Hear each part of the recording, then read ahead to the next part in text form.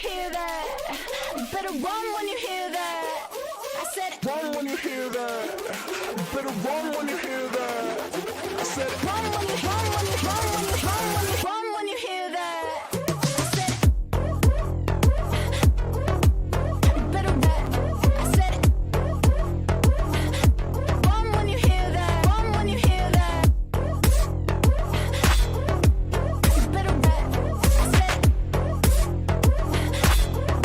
hear that. Run when you hear that.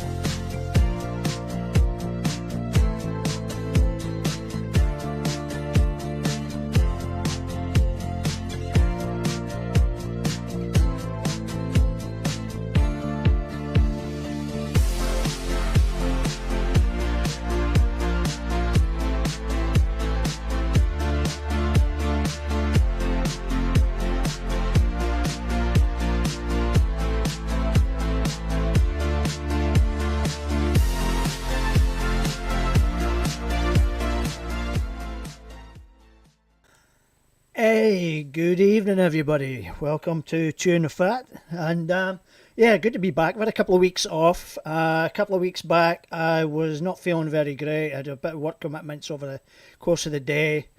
My head wasn't in the right space, and then I thought, yep, we'll get ready for next week's show. And then it was State of Origin, and I didn't want to run the show even half an hour earlier because I did that the last time. It didn't really work particularly great. I think there was a lot of people not necessarily watching State of Origin, but you know, they were all doing other things as well because it was a little bit earlier.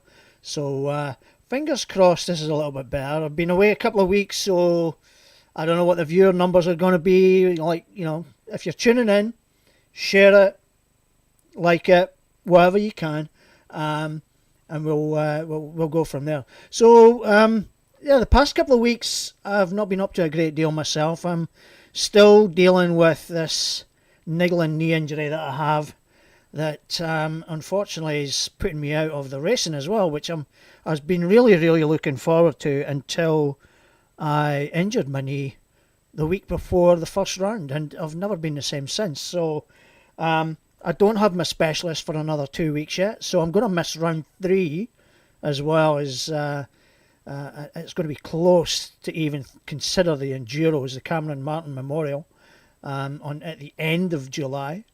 So I don't know what's going to happen with me. Hopefully I can get back for either round 4 or even the state championships, being a bit optimistic. But at the moment I'm off work. I'm on work cover obviously because it's work related, and I ain't going to risk potentially aggravating it even more just for the sake of trying to do a couple of laps in a jet ski, as much as I would love to. Yeah, I'm not really in that space to do that. So, yeah, so let's go on. Tonight we've got a few things going on. We've got Alex coming on, Alex Youings from Victoria, the VJSBA. He's going to talk about or summarise the weekend's events, which was the Winter Warrior Enduro Series down at Lake Kangaroo. So we're going to get him on shortly, and then obviously at the end of that we'll do our usual roundup, catch up, kind of bring everything up to date with what's going on around the state and a little bit, depending on what's going on overseas. if we have any interest for us happening overseas, then I'll usually touch on that as well. So let's roll on with it. Let's start off. Let's get Alex hooked up, and we'll get him on. Make sure I start the right page. There we go. Let's see where we're at now. Hopefully, he's waiting in the room. I've got the screen. I'm just waiting on Alex jumping in, and I hope he doesn't think it's a Facebook conversation. We did it before. We did it a few weeks back, or a couple of months back, I think it was actually, and we did have Alex on to talk about things in general, about the VJSBA. It was actually before the first round of the Nationals that we actually had Alex on. So let me just drop him a quick message and see where he's at. I'll keep an eye on this screen up here and see where he is at the moment. Let's see. Now he was he was assuring me that he was clear of family duties tonight because he had the in-laws over, or the grandma. So let's just see where he's at, and hopefully we can get him in. So while we're waiting on Alex, guys, can I just point out to everybody, Bailey Cunningham has put out a post recently. Check it out. It's you'll see it on 81 Racing. He's trying to help raise some funds to get himself out, to help get him out to Thailand, and it would be good if people can help out. It's a numbering system. There's 100 numbers. Pick a number, $25 a number, and that money goes towards his trip over. And there's a bunch of prizes and stuff like that you can win, or you have a chance of winning. I think there's 8 prizes off the top of my head. I don't have the page open, so actually, hang on a second. Let me just call it up, and let's get it correct. So there we go. 81. Let's give it a little plug. Now, yeah, grab a ticket, $25 each. Pick a number 1 to 100. Once they're all sold, the prizes will be drawn, and if your number wins, then you can win a bunch of prizes. So let's just see what you get. First prize is $500. Second prize $250. Third, fourth are some works goodies. Fourth is a set of race gloves and a beach towel. Sixth is a works sticker kit and the junior issue of Pro Rider. Pro Rider magazine for 7th. And yeah, so there's some prizes in there. Grab your tickets, and $25. Go to the 81 Racing page and you'll see all the information there. Just post your message there or in the comments, or message them directly, and they will get back to you, and you can sort all that stuff out. Alex is on his way home, so we'll ride solo for now. We'll hang things out. What we'll do is, until Alex is back on, what I'm going to do is, well, I'll actually log out. We'll log out and we'll go back. We'll come back to Alex shortly. He says he's got 10 minutes, so that's fine. We'll give him that. We'll give him that ratio at that time. Let me just. Yeah. Okay. Cool. So let's go. We'll do the roundup. Okay. So, like I was saying, let me just get that particular page. There's A1 Racing's page. So I've been able to get that up now. So, like I say, he's going to be out there representing, obviously the team, A1 Racing team. You know, Australia as well. He's Australian riders going to be out there. There will be other riders out there as well.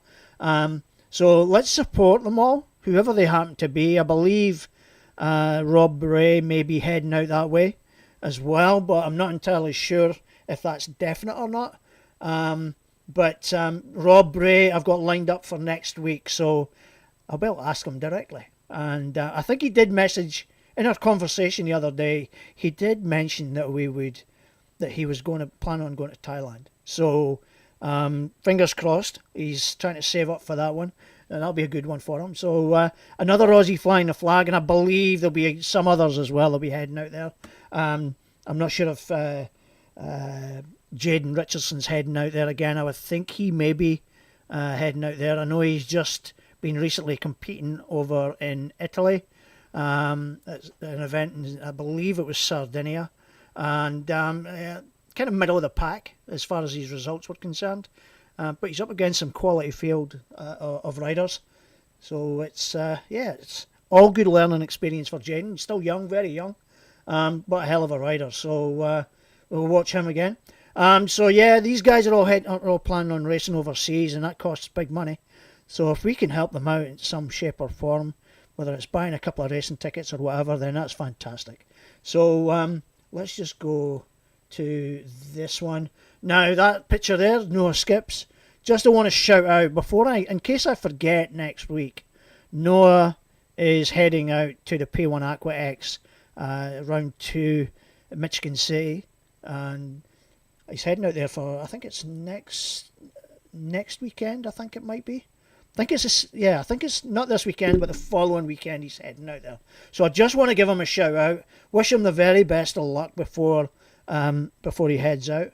And I don't want to forget it next week, which is probably what I'll end up doing. So I thought I'll get it in now, and everybody will be watching and see how he gets on. So good luck, mate. All right, let's go quick roundup. News. Jetski Racing New Zealand were meant to have the first round of the Winter Series the past weekend. Unfortunately, they've had to cancel it. I know the reasons why, which is really quite unfortunate, but it is what it is.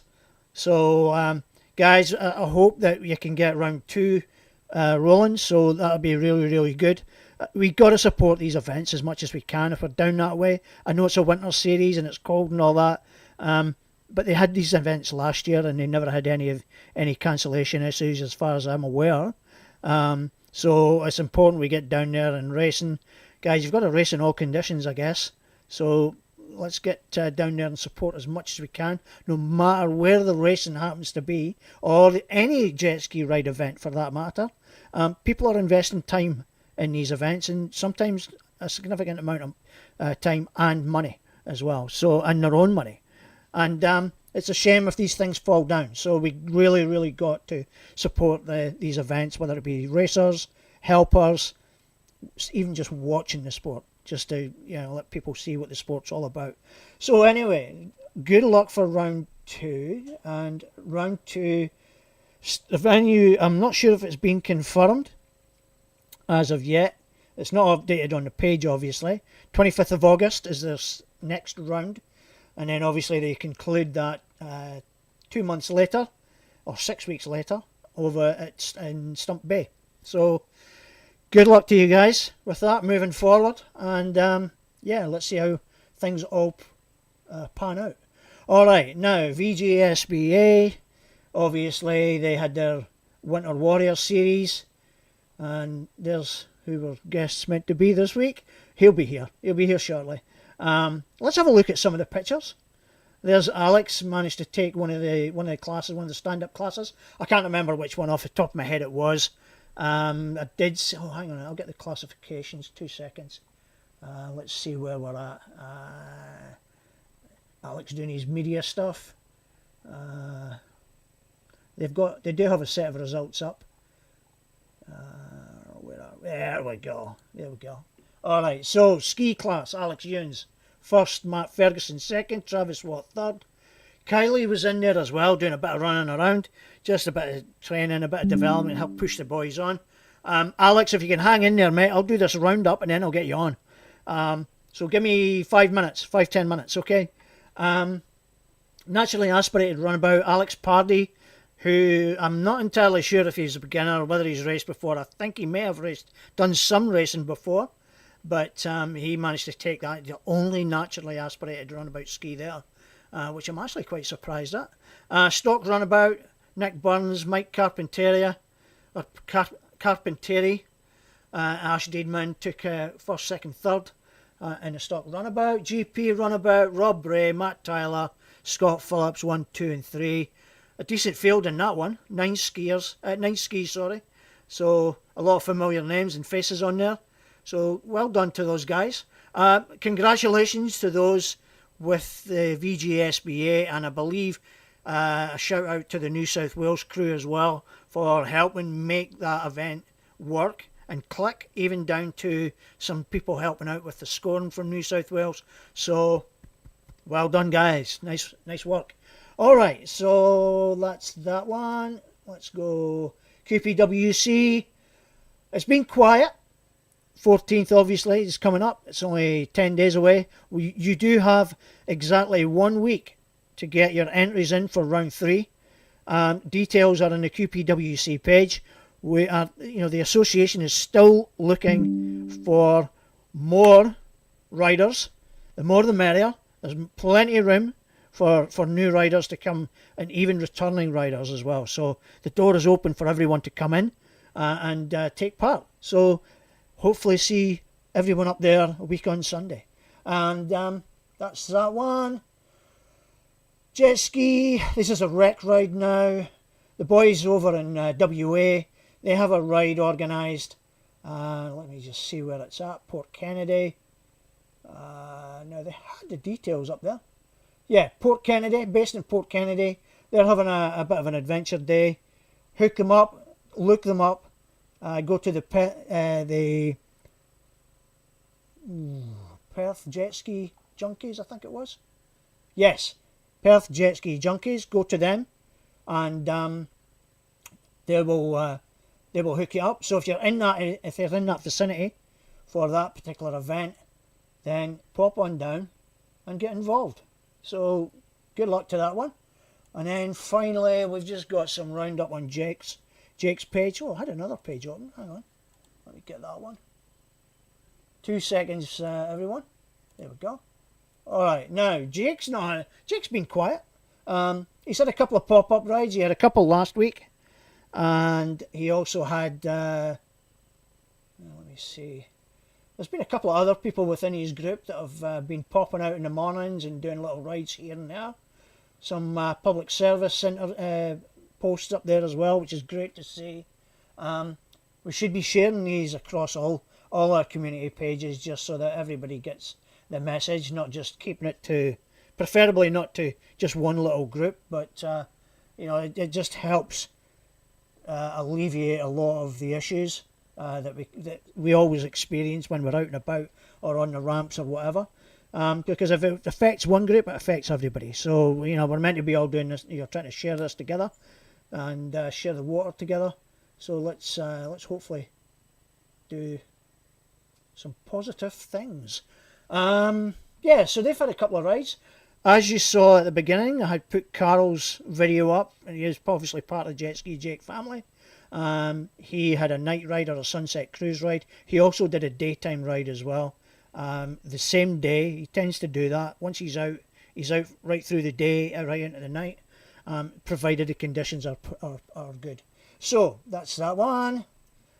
Check them out. Check Jetski Jet Family out, and let's go Jetski Riders Gold Coast and Brisbane. And a lot of questions get asked here. Now there was one that I seen. Good deal there. Good little deal on getting your licenses, boating licenses. $2.85 each if there's 2 of you. That's a good one. I'd love to know who this is. No, I haven't checked the messages, so I don't know if it has been confirmed who this is. But I think it would be pretty funny if we could find out and identify who they are. Let's go safety equipment. Guys, it's the standard stuff. If you're in within 2 nautical miles, you don't need an eBird or a PLB. But a lot of people do carry them just for peace of mind, even though they're inside that 2 nautical miles. I've never done it, but then I don't go beyond 2 nautical miles. I probably should, but then I always tend to go out with other people as well. And that's not an excuse to not carry one. It's just something I've been used to doing. We always go out, and I always make sure I'm with other people when I go out into the open side of the islands. And even across the bay, like occasionally I'll only do that now and again on my own, but most people are usually doing it in groups. And that's the way we tend to go these days. It's peace of mind in numbers. Puts everyone more at ease. And there's any teething issues, then things can be resolved a lot quicker. Which brings me to my next one. There was a great looking little post that popped up. Now I can't. Let me see where it is. I've got to scroll down a little bit for it. There it is. Now Matthew Trussler got himself in a little bit of grief. Sucked up some stuff the other day. I believe it was on Sunday. I believe it was on Sunday it happened. Now, thankfully, some riders were out there, helped him out, and I believe Angelique Sheedy might have been in that group as well, and whoever she was riding with, which I think was part of the group that went out with Dave Matichek out into right over from Scarborough to Moreton Island, sorry. So I believe they helped him out. Angelique, awesome. Yep, you've just confirmed that. I thought I saw a post with your name mentioned on it. So nice shout. Nice bit of fishing to get that one out. And hopefully there's not too much damage to his ski and he's back out on the water pretty quick. So well done, guys. That's exactly the kind of stuff we're looking for. Just out from Paradise Point. It was Sunday, right? Okay. All right, that's great. Thanks, Angelique. And yeah, so there we go. Hopefully he's all good and safe, and it's not going to cost him too much. Alrighty, now he should be available. Alex, let's get back to him and let's see if we can get him in. Now I believe he's sitting waiting. I hope he's sitting waiting. Oh, right, okay, so here we go. Alright, come on, buddy. Come in. Alex, jump in there, mate. Same link, should work. Yay! There we go. Beautiful. I love it when it all comes together. Except, oh, there we go. We've got a video. Do we have a video? Yay! Hey, brother, how you doing? Hey. Good, how you doing? I'm good. Yourself? Yeah, good. Sorry, I was just out for dinner. I completely forgot about it, and then I saw your message, and I thought, oh, I better get home. What was it? Takeaway, or was it sit-down meal? No, I just went up to the local pub for a Parma. Hey, listen, you can't go wrong with a Parma. Yeah, that's right. How you been? I'm good. How's your back? Yeah, it's recovered now. I read your post. I read your comment about you. Someone had said, "Oh, how's your legs feeling?" You said, "Yeah, I'm pretty good, but my back's hurting me a little bit. I'm not quite as strong as I thought I was." Yeah, my I'd been hitting the gym the last sort of 6 weeks, and I think I've been training a bit of legs, and I've been trying to focus on that lower back. There are exercises for it, but it's sort of hard to sort of get that so strong in such a short amount of time, you know? Yeah, just always remember, if you're doing, it's not just your back, you've got to strengthen that front part as well. Otherwise, you overcompensate. You can't overcompensate on one side or the other. Correct. Trying to tell you how to suck eggs. That's right. No, look, I figured that it's, I sort of ease myself in, and then I thought maybe I should focus on some of the areas where I know I lack the strength and endurance. And that's what I was really focusing, obviously, being more endurable out in the racetrack, because I guess I know when I'm out there, I can feel it. I think, oh, gee, I need to get more ski fit, because it's a different level of fitness. Because when you social ride, you back off, you go on the gas, you relax. It's a bit easier. Well, I've got to admit, Alex, that when I did the practice day for the QPWC, I was exhausted. I was like exhausted. My shoulders, my back, like, and I'm just not used to it, you know. And my forearms, That's all it is. Yeah. my forearms were killing me, like in my elbows. Yeah. You get the Especially arm just pump. it Yeah. wasn't like the inside of the elbows in here, just that inside part. Holding on, I Yeah. was trying to hold on for dear life, you know. Yeah. Pretty much. You sort of when you have a crack. Like I had a crack one day on I think it was a stock runabout. I just burnt around a track, and I did about 6 or 7 laps. But after that, I was like, gee, I could sort of feel my upper body feeling more sore. Obviously, my lower body didn't, but my upper body and my arms and my shoulders. And then you sort of think, like, I know we always sort of say, oh, the runabouts are easier to ride, but when you're riding them at over 100 k's an hour constantly, if not more, it's still, there's an art to it and a strength that, Listen, not just anyone. I wish I was riding mine at 100 k's an hour, just to, around the track, because that means I'd be up there with the best of them. But yeah, exactly. Ant said exactly the same thing. I'm getting old. I know I'm getting old. I know I'm getting old. Unless he means you, Alex. Yeah, maybe both of us.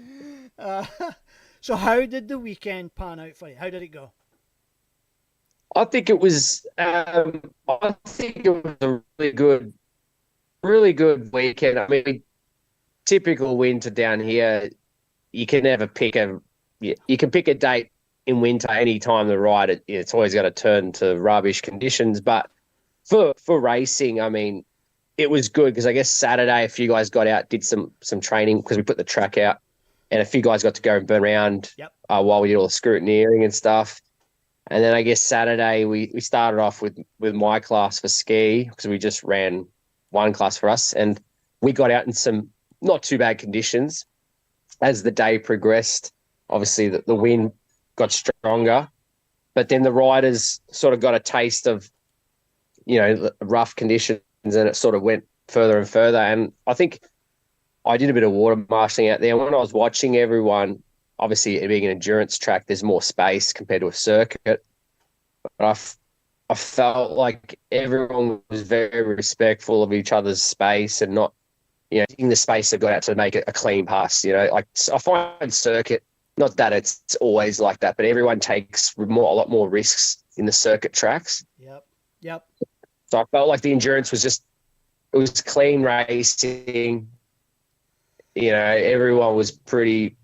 I didn't see anything bad happen. Yeah, I think having watched the enduros and the closed courses or the circuit courses, I think because it's close course, it's tighter. You've got to be. I think you've got to be a bit more aggressive to get round the track a lot. That's what I mean. Why people take more risks on passing. Exactly.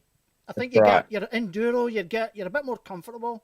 As far as I think you kind of seize your opportunities a little bit differently. You kind of think, okay, I don't need to rip past somebody on this corner here. I can just take my time and get around a little bit, Well, I find, I guess I'm always at the back of the track anyway, I'll be honest. But if you're right. When it's even in car racing and general motorsport, when you're behind, especially say like, Bathurst, like you're behind a driver or a rider, and you can sort of see how they can take corners, and you can sort of pick what they're going to do, and I feel like with the endurance racing, I've never done one before, and obviously we did it on ski class, but I guess for the runabouts, it's they can just see the passing opportunities better, and then just less risk to take that opportunity when the time is right, instead of just going, oh, I've only got 8 laps and this is the last lap. Oh, I've got to make it or break it. Well, at least enduro, you've got, like, you could have 30 minutes or whatever time it is that you've got, knowing that you've got 30 minutes plus a lap. Correct. It's not, you're not going to win the race in the first lap with endurance. It's like enduro's a survival. I remember Kylie telling me it's like it's not necessarily about speed. It's about a bit of luck as well, because your craft needs to last that 30 minutes as well. Yeah, it's composing yourself. It's sort of like a boxing ring. There's 12 rounds, not you got to try and beat the guy in the first round. But if you're both just as good as each other, it's going to go down to the wire. And obviously with racing, it's, the ski's got to last and you've got to last. Not just, win on top speed. But we did have one incident. Dean Kruskos, I think he broke above his left ankle, so I send my best wishes to him because I mean he's a good up and coming rider, and you know we want to see him back out there again, and hopefully. It's strange because I was talking about obviously Thailand, and I know he was out there last year, and in my mind I'm thinking he's probably going to be going again this year, but I had no idea that he'd broken his ankle. Now I know it's an ankle, and these things can take about 6 to 8 weeks to heal up, but fingers crossed. Speedy recovery. Yeah, I'm pretty confident he's the type of guy that he'll, something like that's just a small speed hump. So hopefully, he recovers well and it doesn't affect his riding ability and in his mind. And he just keeps moving forward with his riding. And it'd be good to see him go overseas again. And did you say that you did the Enduros on a stand up? Yeah, I did it on the green one on my one. For 30 minutes? Well, we did 20 for the first one, and I think we cut it down to just under 15 minutes. Well Might have been about 12. That's a hell of an effort. Yeah, it's because when the wind chopped up more, that 20 minutes feels like an hour. And I mean, it wasn't too rough on our first moto. But obviously, as I said, to our second moto, it did progress. Then we were going to do our third, and then a couple of other boys pulled out. And then I thought, I might pull out as well. At least I can sort of just pack my ski up, and then I can focus on experiencing mechanical issues, or were they just frozen? No, I think sort of physical, just with their body. Yeah. And obviously getting a bit rougher. They're just like, probably more worried about coming off maybe, and get as well as keeping, because our priority for the weekend was keeping warm. And thankfully, Les Cook brought down his little diesel heater, and we set that up just inside of a marquee. And pretty much everyone would get out, do their moto, get out of the water. Because once you're out in the water, actually, I was never cold when I was out in the water racing, but once I got back to land and obviously my heart rate come down, and then you get in that wind, that's when I started cooling down. So just stand in the heater for 5 minutes and then go get a coffee. Alex, I've got to admit, I'm a Scotsman and I'm like, allegedly I'm used to the cold. But I looked at those pictures of you guys down there, and I was shivering just looking at them. I knew it looked cold. Yeah, it was. We and as well as prioritizing, everyone's safety and keeping warm, our race day medical, our water medic, he was lucky enough to get a dry suit lent to him, which he eventually bought off Les Cook. So, and I saw the interview. He looked quite comfortable in that. Yeah. Well, it's more because he was honest. He said, if I jump in that water, because he was honest about what's going to happen, he goes, I know I'll probably get hypothermia, because he's not really, as much as he does water rescuing, he's not really in that winter. I don't really do a lot in winter compared to summer, because he said in summertime it's to walk in the park, but he just knew that because of those conditions in the wind. So that's why we got the dry suit for him, and I was like, all right, you're sorted now, and he's like, yep. And I go, all right, we'll get your coffee and you're done. Sitting out on the water, not doing a great deal, because his blood won't be pumping like you guys running around the track where you're concentrating on what you're doing, adrenaline's gone.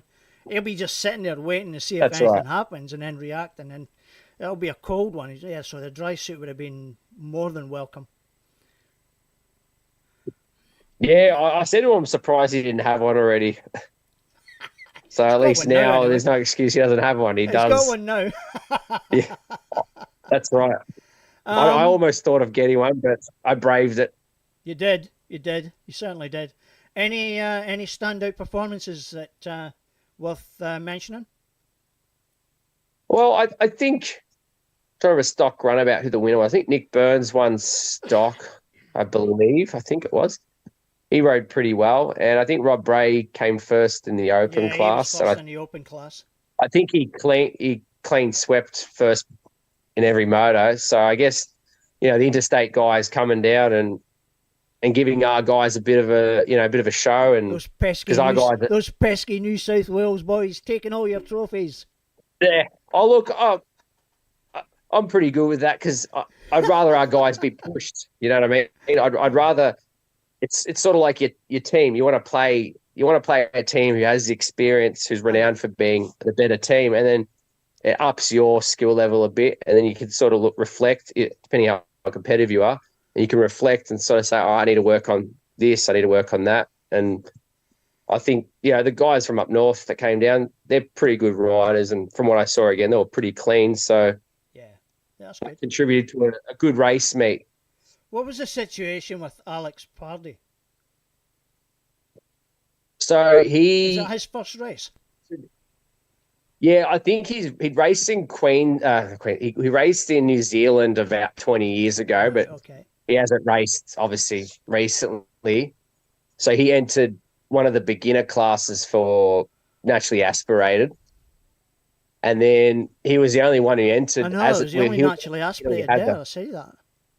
Yeah, he was the only beginner as well, which I thought we would have got a couple more. But so we discussed with the riders in our class and as well as with Alexi that he would be out in our moto and he would be out there, and we all discussed about, if no one wanted him in the class as such to feel not safe or anything, but we all felt confident, and he just got a bit of training with us while we burned round. And when I was out there, he was pretty good because when he would pass me, he was, I definitely could not touch him. He was probably 10 meters away. So when he passed, yep. Yeah, so he's basically just on the outside of us. Cool. So I thought it was good. I sort of looked at him, had a wave with my left hand, and then he gave me a wave, and then he rode by, and plenty of space. That's the luxury of an endurance like that. And we had the whole lake shut down, which we only used, I reckon, a third. The lake's 6 kilometers long, and we only used maybe a tenth of the lake, I reckon. And then they've shut the whole place off for you. It's just easier because we closed the other boat ramp.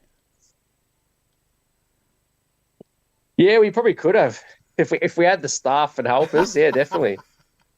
Yeah, there wasn't many sparks there. Was there any sparks? None. No. I like I said, I was expecting a couple, but I don't know. I guess being winter, less appealing.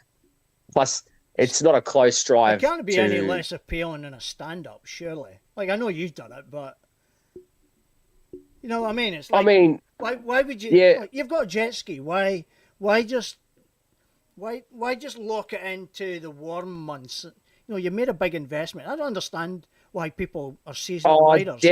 Down here, it's more seasonal than, say, in Queensland. For you guys, if it's 20 degrees, light winds, and the sun's out, that's cold. Most people probably will still get, it's still good conditions. That's cold. Down here, once it gets past sort of April, like our jet ski season is probably maybe a couple of long weekends we have, and probably November till about March, and then most people just winch them up, winterize them, winch up, and then don't touch it, and probably have a flat battery and maybe a Seize motor or something. They haven't looked after it properly, but most likely. I take after my father because. Sorry, go on. No, on you go. You take after your father. I'll say I take off my father because when I was a kid, I still remember this like this was yesterday.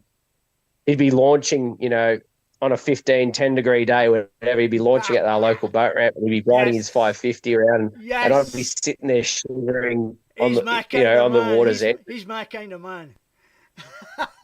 So, like Dad used to go out all the time, and then when I got old enough, are we going out tomorrow? And it looks good, and just put a wetsuit on and dress to the conditions. Yeah. Yeah, these dry I suits, don't know, I guess. these dry suits and stuff though can be expensive. Like wetsuits are different, but when you get a dry suit's a different ball game altogether. I've never had a dry suit, and Yeah. I mean it's probably handy to have. I've thought about it. Alex, I did a ride which I actually shared the other day. I did a ride at Queenstown, and I had a Mm. dry suit. Fantastic dry suit. It really did the job, apart from the big rip in the arse. And as soon as the water from the lake at Hamilton, at Queenstown, as soon as the water from the lake went into the back end of my dry suit, it was game over. It was game over. It was like an ice Yeah, block. you It would have was squealed like a pig, probably. freezing. Yeah, and my wife was meant to come out with me as well. She she chickened out. She ended up in the coffee shop watching me with her cup of coffee by a flame fire, Yeah. pissing herself laughing at me. I was meant to be out there an hour. I lasted 35 minutes. I thought, nah, I'm going to have to call it a day. I'm frozen. Yeah, fair enough. It was a great I suit, find, though, I mean, until the water got in. yeah, yeah, you gave it a crack. I feel like if you're keen, you're going to give it a crack, and even winter, you can still get good conditions in winter. I mean, I generally ride when it's glacier, but that's because we ride on the surf, so we want clean surf conditions. So that's where I come from. But Yep. I mean, if I'm going to do some training on my SXR, I prefer to train in a little bit of rough, just because obviously you train in the harder conditions. It makes it better for you to train in, not training in glass conditions. You know what I mean? Well, that particular picture that I shared on the Jetski page, believe it or not, was actually the first weekend in December. Yeah. Okay. Wow. And there was snow on the Remarkables directly behind where I was positioned. They'd had sunshine the whole week. That Tuesday night, they got a hammering of snow. And then obviously woke up the Sunday morning, I was going on the jet ski. That's when the wife went, I'm not going. And I thought, well, I might as well go. But nah, it was freezing cold. I'd probably do it again, though, I'll be honest with you. Yeah. I'd always had this idea that I wanted to jet ski in different countries. So I did it in New Zealand. I managed to do it over in America. And yeah, I'd like to do a bit of jet skiing back in the UK as well. But we'll get there. We'll work on that one. Still plenty of time. But I did a bit of jet skiing in Brazil. That was fun. What took you there? What was that? Is that like a holiday, obviously? In 2019, we went and visited some family of my partners, and then I got a friend who you probably remember him, Bruno Jacob. Right, yeah. He's been on. He was at the SCX. Yeah, he's a good guy. Yeah, he's great guy. And yeah, we went out in the surf there, and that was fun. And we went to a jet ski race, and that was really fun as well. He's a busy man. Yeah, he is. He's always on the move. He's always looking for a free ride event. Posting something. He's always posting something where he's off to. Yeah. Yeah. See, he gets treated like royalty. So it seems, anyway. I mean, so it seems. Yeah. He's gone to places in Brazil where I guess the council have said, come bring your jet ski and do backflips, and then all the locals, might be 100 people come down and watch him, and he's just doing flips and barrel rolls in the surf, and then all the kids are running up to him and getting his signature, and he thinks he's places like some of those Mr. Hollywood. A lot of yeah, that's right. Like a lot of those kids and stuff probably never seen a jet ski do that out in the sun, and then the kids. Like there's a lot of people here have never seen it. A lot of people here have never seen it. I'd never actually watched free ride events until I went up to cover one for a live stream 2 years ago. That's the first time I'd ever seen it. I was blown away. I was gobsmacked at what these guys were doing, And I didn't even know that it was some of the best guys in the world that were competing. I just thought it was just local boys until Matty O'Connor introduced me to Bruno. Yeah. And then I realized, some of the guys. Then I realized how big it was. Yeah, it had its peak. It had its peak in sort of the around 2010, 10 or something that was really, really popular. And then it sort of dropped off. I guess it was always expensive back then, but I mean, now it's as expensive as it ever was, but it's dropped off definitely. I think it's more about getting the next guys in, and I think you guys are hoping to try and set up it's sort of free just ride event, aren't you? Yeah, we've got a couple of spots that we can do it. It's more about how we're going to do it, and there's obviously the council on board, which I feel like one of the councils will be fine, and with the other one, not say it's the council. I guess it's sort of the don't want to name names here. They're the land managers, and they're not so easygoing with things like that. And obviously, an area we'd have to use is we'd have to limit public access. And I know that the locals in general don't really like jet skis and such. So I know. I said we've got a couple of sites, but I feel like there's one that we definitely can make it work. That'd be good. I believe you've got a few people that would be willing to help out as well, which is good. I think Joe Barry said he'd maybe. Did I read that right? Somewhere that he was offering. Yeah, I've been chatting with him a few months ago about it and had a few phone calls, and he's pretty keen to sort of try and get something give that a crack. Yeah. That'd be pretty good. And I think it's hard because a few years ago we had a older generation of guys, and then they did so much for free ride in general, and I guess they've sort of focused on their lives.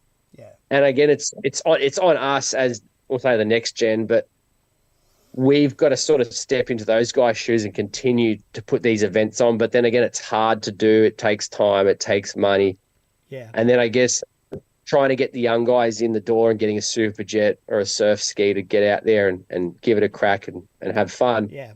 But it's. I'm probably you spoke to Matty O'Connor. There's a lot of work involved. Alex, I think I think it's very much mirrors the majority of sports. It's particularly jet ski racing that trying to get the next generation through is difficult because of the cost.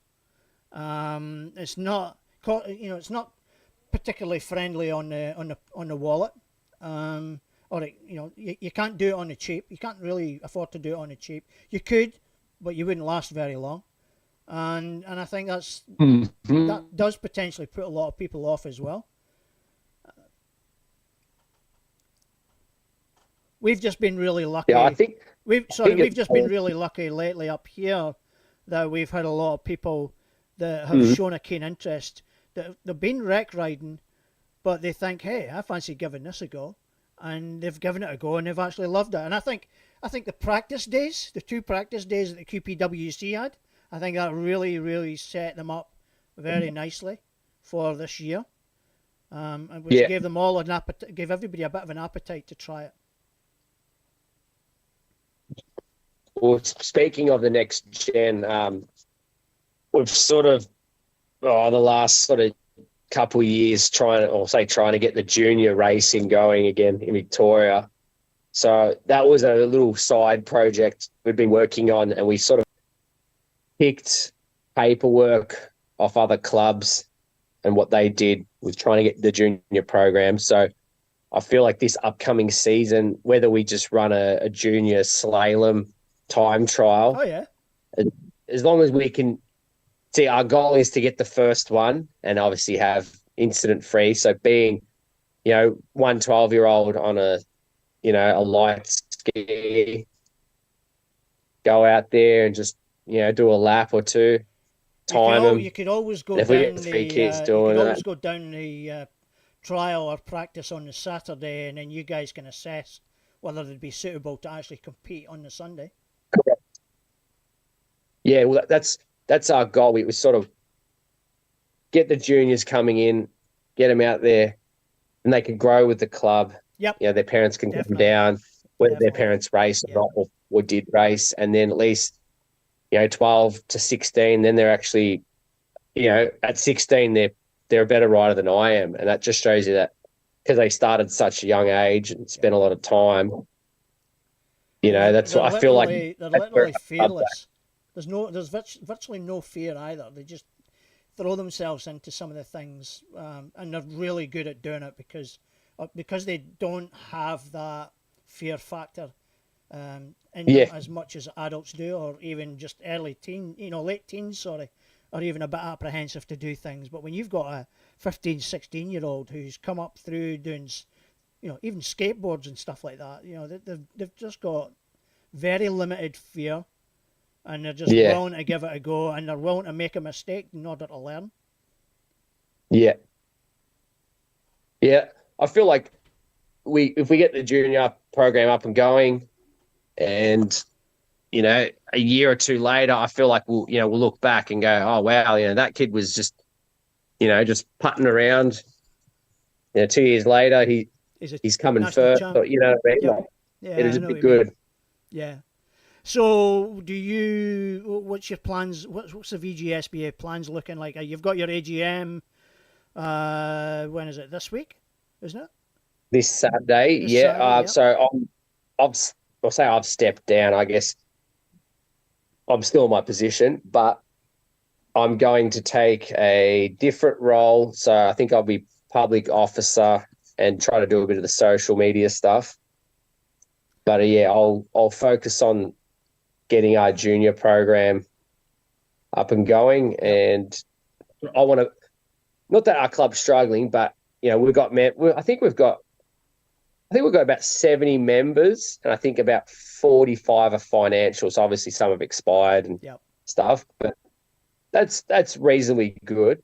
I think it's pretty good. But I feel like, as I said, growing the club with young, fresh blood to come through, I feel like that's where we're lacking, and that's where we need to just focus a bit more time. Or that's what I want to focus my time on more, instead of worrying about the race meets and where we're going to go and what dates are going to help.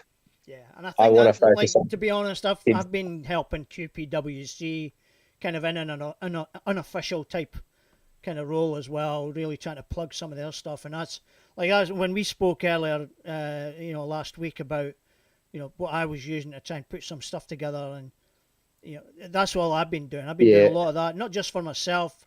And the stuff that I'm putting out for Jetski Republic, but putting together some stuff off the back of round 1, round 2, even the lead up to it, and just trying to get as much footage and coverage as possible that you can use. So, like using Jeff Lakeford and anyone else that's got some footage, and giving them the credit for all that, and just to let people see what it's all about. And you're either going to capture the imagination or you're not. Like this year, we've been particularly lucky because we've got some riders that have returned, and they're willing to give it another go, and also some of the new beginners that have been coming up, they're bringing partners with them as well. So they've been pretty good. It's been a bit of a blessing for us as well. So like I'm still pushing. I said it to Jamie, I was still pushing to get more riders on board, even now, even although we're halfway through the season. We still want to try and get more people to race. Just keep going, mate. Just keep going at it. That's it. A lot of people do get put off with the racing and the competitiveness, but when some actually come down and then sort of see what it's all about, and they realise, we're all not just up ourselves, and we're everyone. They realise Well, I was speaking to one of the racers today, one of the beginners today, and they said that they're not really doing it to win anything, because they didn't expect to win, but they're enjoying it. They're enjoying just taking part in racing. And they said he's looking forward to round 3. He says, I don't expect to do anything. He says, but I'm looking forward to just racing with everybody. So that's exactly the kind of thing we like to hear. Yeah, that's it. It's coming in, give it a crack.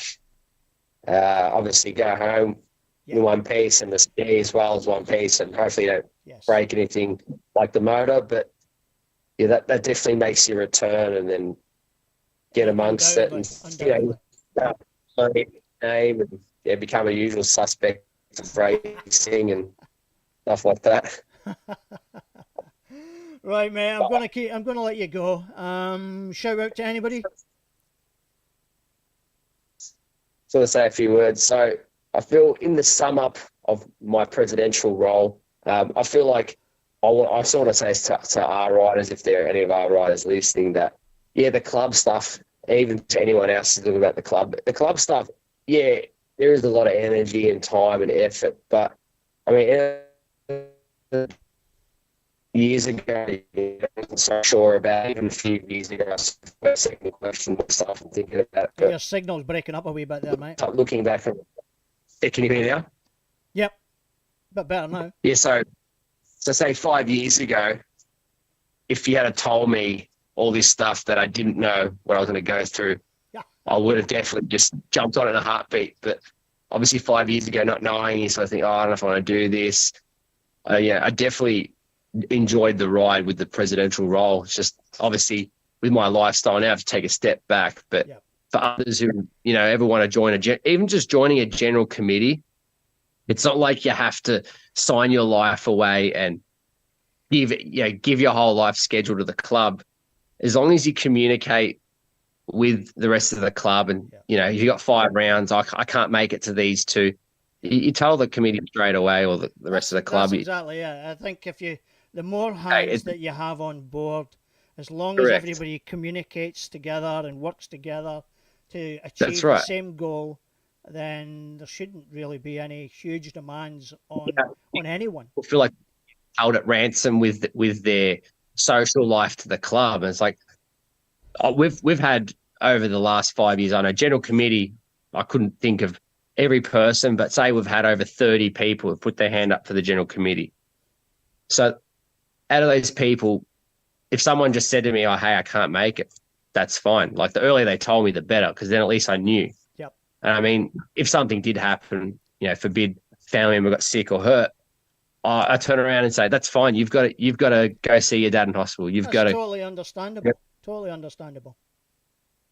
That's it. I'm not your boss where I'm like, why aren't you at work and, try to intimidate you. I'm just up front and just say, no worries. You got to, say, I'm not disappointed. Alex, can I just kind of make a comment on that just briefly? Like, I understand that I've been involved in a lot of clubs in the past, and the biggest thing that I've seen happen is you start off with a big committee and then 1 or 2 people drop off or don't commit themselves to it properly, or they're quite happy to leave all the tasks to everyone else.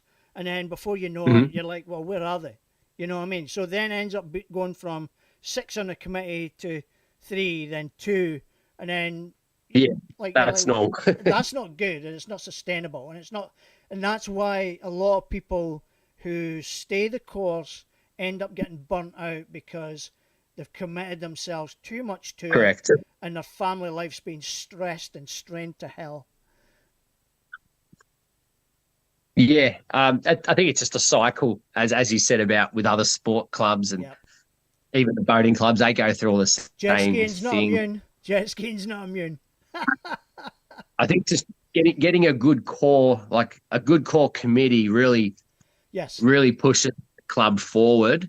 And then I think not that this is a comparison of anyone or anything, but when you have you might have a really good president and a good secretary, but then the rest of the committees, not available.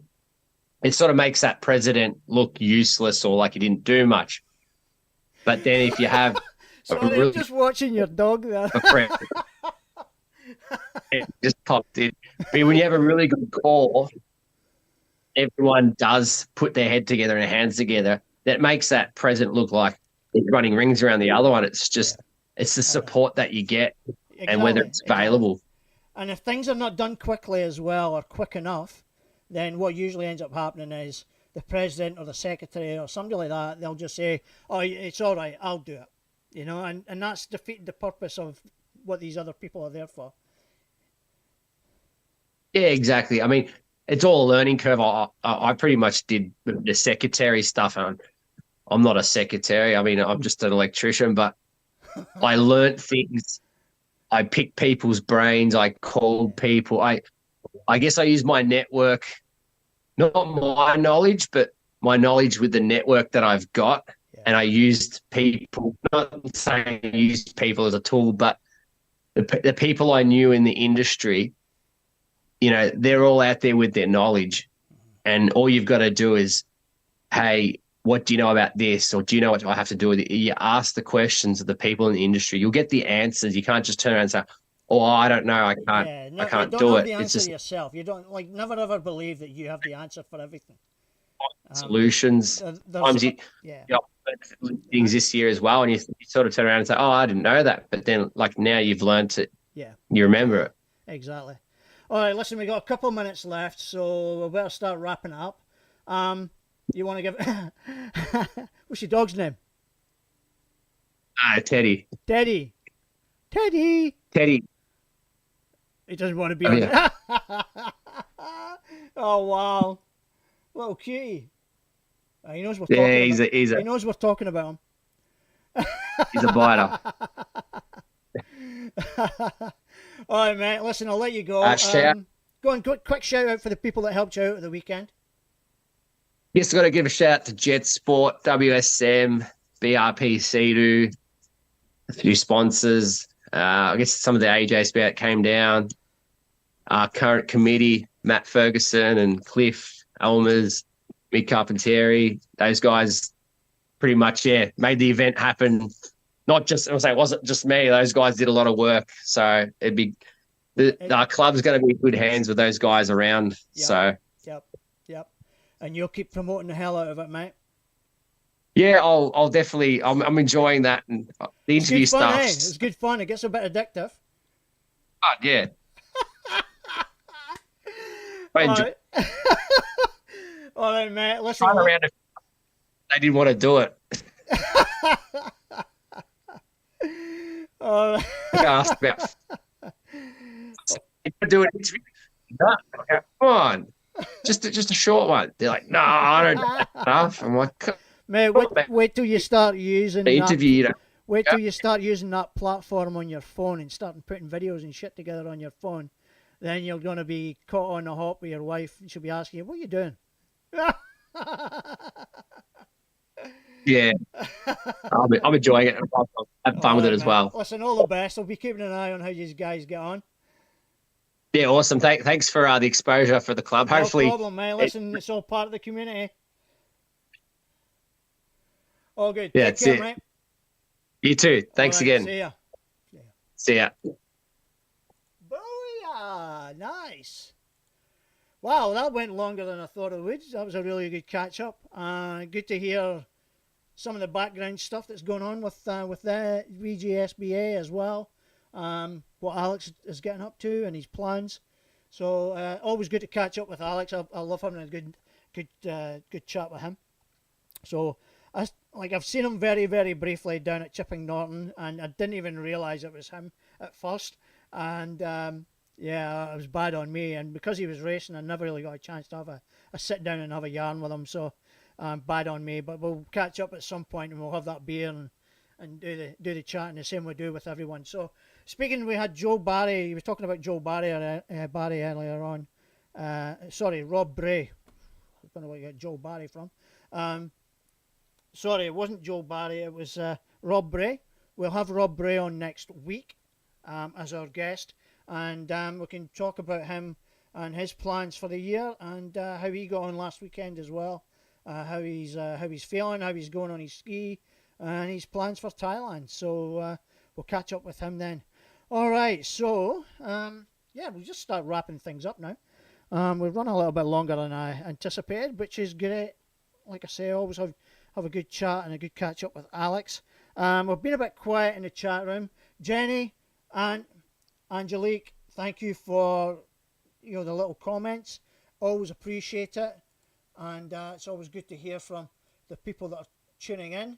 And I thank you for the valued comments and confirmations and whatever. And I'm going to leave you with another video from Marn Durand, and it is his latest video from the Wet Sundays. The last show that I did, which was episode 96, was actually a Marn Durand video, but he has since put out a new one, and that is the one that we're going to finish the show with tonight. So next week we'll be on with Rob Bray, and until then, stay safe, have fun on the water, look after each other, take care.